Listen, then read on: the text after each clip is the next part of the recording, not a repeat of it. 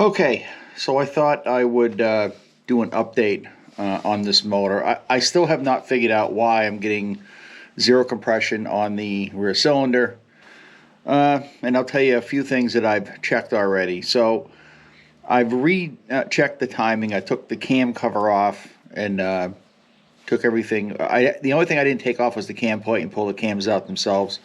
But I did check the timing. The timing's right. I did a leak down test on it, and it looks like the exhaust cylinder is what's being kept open. Evidently, changing out the tappets or lifters didn't work. I'm still getting that zero compression, so I'm probably going to put the original lifters back in because, again, this bike was running fine before I did the cam chain tensioners and had the heads and cylinders done. So I don't think it's anything that I've done. I don't think it has anything to do with the cam chain tensioners. Right now I'm leading towards possibly maybe that's a bad valve that's in there or a bad seal. When I did take the heads off to bring down the shop, they just kind of looked at it and said, yeah, it looks fine. But I think what I'm going to do is I'm probably going to bring the head down there and have them pull the valves out, pull the springs out, the seals, and maybe there's something in a seal that went bad or the seat is not right.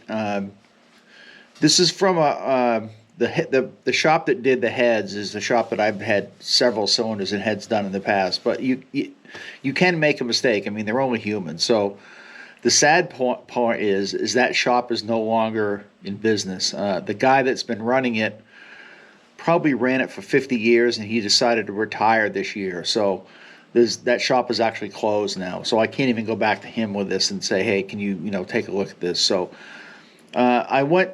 Yesterday I changed the, let me show you. I get this off of here. So I went back to the original lower rocker box because it did look like there was a different height than the new one. Didn't make a difference. I'm still getting zero compression out of it. So I know it's not the rocker box. I was going to actually go so far as to swap the rockers around to see if maybe there's a difference. But again, I'm getting compression out of this cylinder. I'm not getting anything out of this one. So I think before I pull the head off, I think what I'm going to do is I'm going to pull the cam cover off again. I'm going to pull the cams out. Maybe there's something that I forgot when I did the chain tensioners. I doubt it because, again, I probably wouldn't have compression in the front cylinder if there was something wrong with this. I know the timing is right on it. The timing is perfect on it.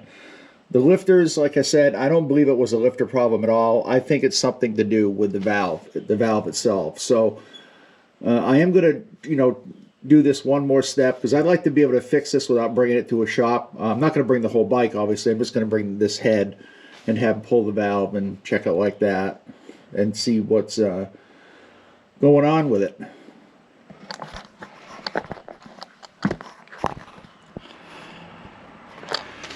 So I'm pretty close to buying another bike. I've looked at several. If you've seen, watched some of my videos, I've looked at, I'm going to say probably about 10 or 12 right now.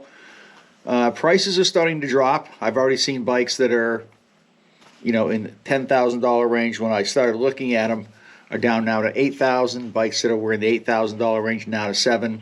So as fall gets closer, those prices will drop even further. But I kind of got my mind set on a bike that I've already looked at that I showed in one of my videos. I have another one that's ready to go, another about, should I buy this bike video if it's ready to go. These bikes I never actually saw in person. I just talked to the people online about them, and I have pictures of them.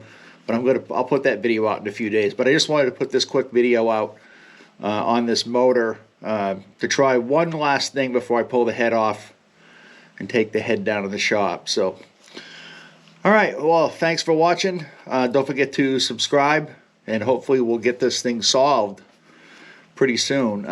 Again, if I have another bike, I'll have the other bike to ride. Plus, I have two more over there to ride anyway. So, but I do want to get this issue solved because it's really bugging me as to why there's no compression in that cylinder. So, again, give me some thumbs up. Leave me some comments below. What do you think? Thanks for watching, and I'll see you in the next video.